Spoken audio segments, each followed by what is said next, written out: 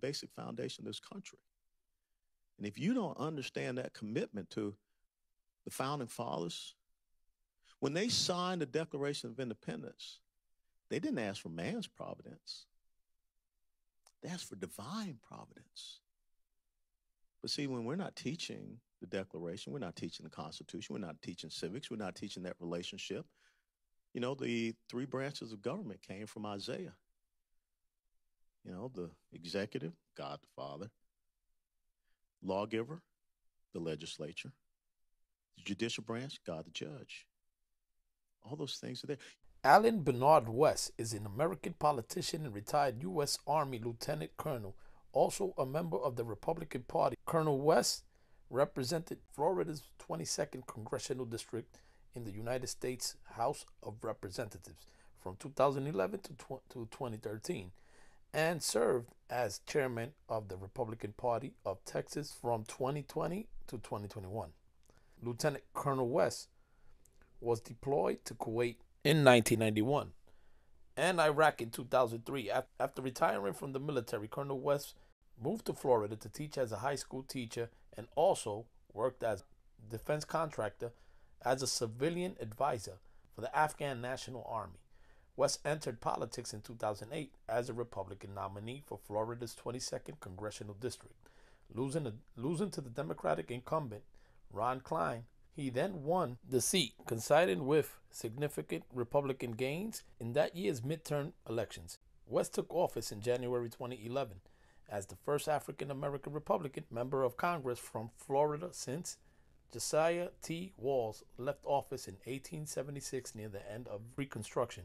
Fast forward to July 4th, 2021, West announced he would challenge current Governor Greg Abbott for Republican nomination for governor of Texas in 2022, but was defeated in the primaries on March 1st, 2022. There is so much to say about Lieutenant Colonel Allen B. West. It would take many videos, so let's see him in action. Editor, roll clip, fair use. And you will continue to make a difference as we stand up for our constitutional conservative principles and values. And to this incredible team that I have behind me, I have nothing but high praise for each and every one of them. And I know that some people out there may be feeling a little down, a little dejected. Put your head up and continue to press on, because what we do in this moment is for what we set up for our children and our grandchildren.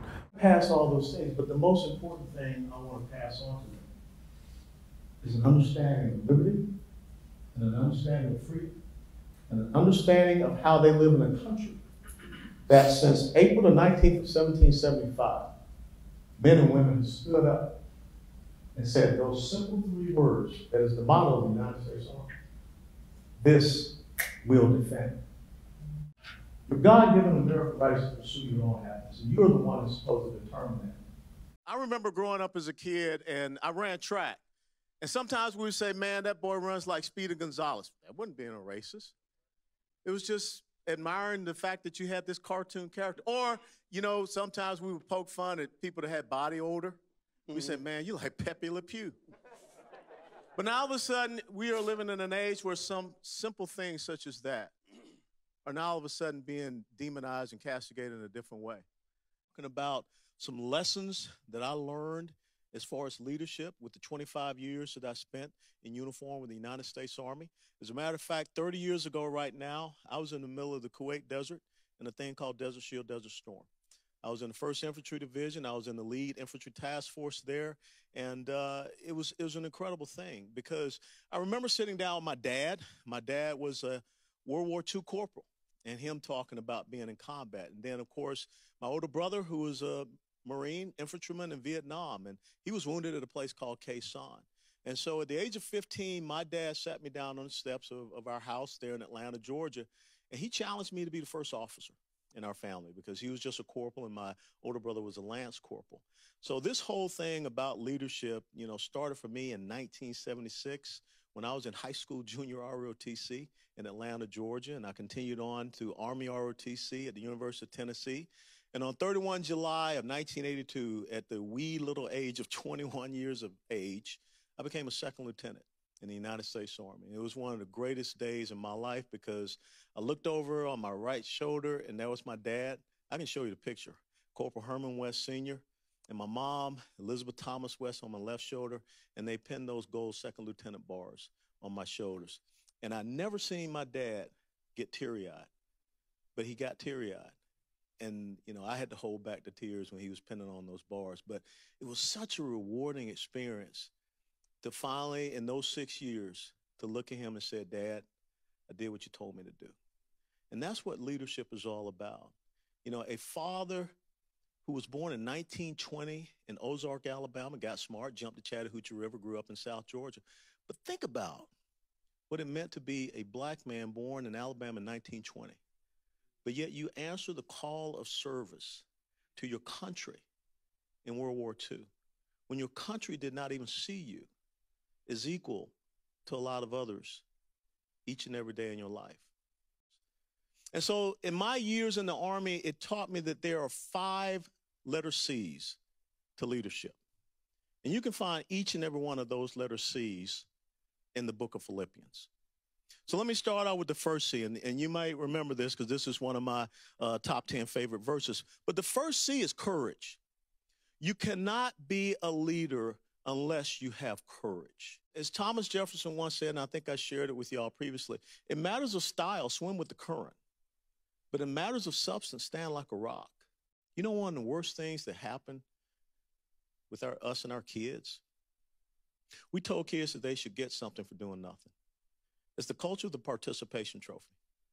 Now, back when I was growing up in Atlanta, Georgia, okay, if I was out there on the football field and I missed a tackle, it wasn't my dad, it was my mama. Okay? My mama would come down there and tell me what you should be doing. And that's why I said my mom taught me a man must stand for something or else he'll fall for anything. That's all about courage. In the United States of America right now, people are looking for that light. People are looking for people with the courage to stand up and say, this is right and this is wrong. The second C is competence. Courage and competence. The next one is commitment. Third C, commitment. And when I go over here, I look at Philippians chapter 3, starting in verse 13 to 14. Brethren, I do not regard myself as having laid hold of it yet, but one thing I do, forgetting what lies behind and reaching forward to what lies ahead, I press on toward the goal for the prize of the upward call of God in Christ Jesus. You got to find your core set of principles and values. You got to be committed to those things.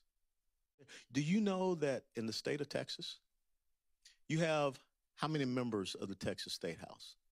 You have 150 members in the Texas State House. Why do you have 150 members in the Texas State House? Can never be changed, no matter what redistricting does, because you have 150 Psalms. How many members do you have in the Texas State Senate?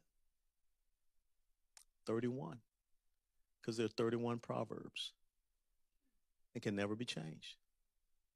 That's that relationship. And if you're not understanding, if you're not committed to those things, if you don't press toward that inward goal, then someone can get you to believe in anything. Now, even though you may have commitment, you must also have conviction. Because a lot of people say that I'm committed to this. This is what I believe in. This is what I stand for. And then when things get a little rough, things get a little difficult, they say, yeah, well, maybe I can, lean a little bit this way or lean a little that way. That's not conviction. Paul writes, and my God will supply all of your needs according to his riches in glory in Christ Jesus. That's your conviction. God's got your back. So if you are committed to something, if you are competent in understanding it, if you have the courage to stand up for it, then you should be convicted in because God's got your back. Remember one of my favorite verses, Isaiah 54:17. No weapon formed against you shall prosper, and every tongue which rises against you in judgment you shall condemn. See, that's why it's so easy for a person like me to be called house N-word, sellout, Uncle Tom, Oreo, white man's porch monkey. That's pretty original because I know that I'm rooted in courage. I'm rooted in competence. I'm rooted in commitment. I'm rooted in conviction because if you're just calling me a name, that means I'm winning the debate. You don't surrender. You don't retreat, which is the exact same thing that a 26-year-old wrote in a letter from the Alamo. The last C is character. This is a tough one. We told our daughters, I always taught soldiers, character means doing what is right when no one's watching. You know, the old folks used to say this. The old folks used to say, people will know you by the company you keep.